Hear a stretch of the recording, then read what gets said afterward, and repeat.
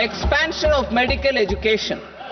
Our government has added almost 1.1 lakh undergraduate and postgraduate medical education seats in 10 years, an increase of 130%. In the next year, 10,000 additional seats will be added in medical colleges and hospitals towards the goal of adding 75,000 seats in the next 5 years.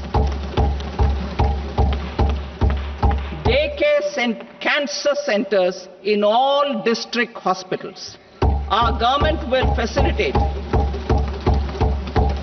setting up of daycare cancer centers in all district hospitals in the next 3 years.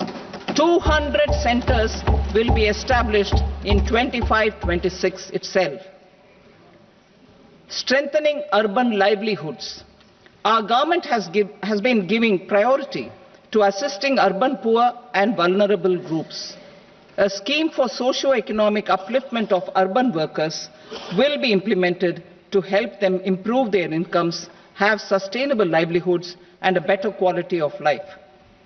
PM Swanidhi scheme has benefited more than 68 lakh street vendors, giving them respite from high-interest informal sector loans.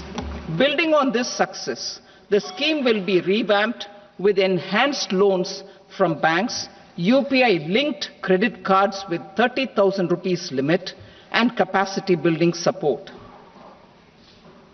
Social Security Scheme for welfare of online platform workers. Gig workers of online platforms provide great dynamism to the new age services economy. Recognizing their contribution, our government will arrange for their identity cards and registration on the e-Shram portal. They will be provided health care under PM Jan Arogya Yojana. This measure is likely to assist nearly 1 crore gig workers.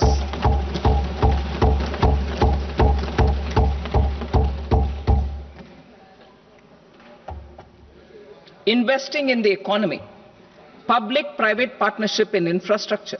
Each infrastructure-related ministry will come up with a 3-year pipeline of projects that can be implemented in PPP mode.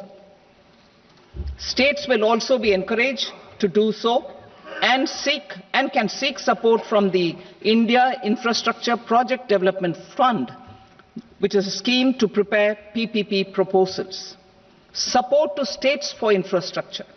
An outlay of 1.5 lakh crore is proposed for the 50-year interest-free loans to states for capital expenditure and incentives for reforms. Building on the success of the first asset monetization plan announced in 2021, the second plan for 2025 to 30 will be launched to plow back capital of 10 lakh crore in new projects. Regulatory and fiscal measures will be fine-tuned to support the plan. Jal Jeevan Mission.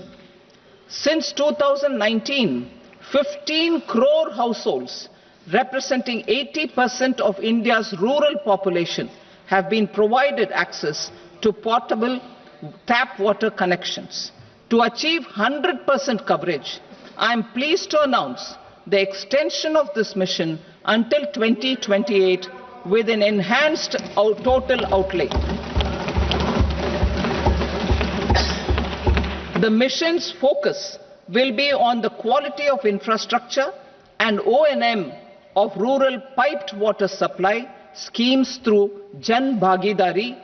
A separate MOU or separate MOUs will be signed with the states and union territories to ensure sustainability and citizen-centric water services delivery. Urban sector reforms. Building on the July budget proposals, urban sector reforms related to governance, municipal services, urban land and planning will be incentivized. Urban Challenge Fund. The government will set up an Urban Challenge Fund of 1 lakh crore rupees to implement the proposals for cities as growth hubs, creative redevelopment of cities, and for water and sanitation purposes announced in the July budget.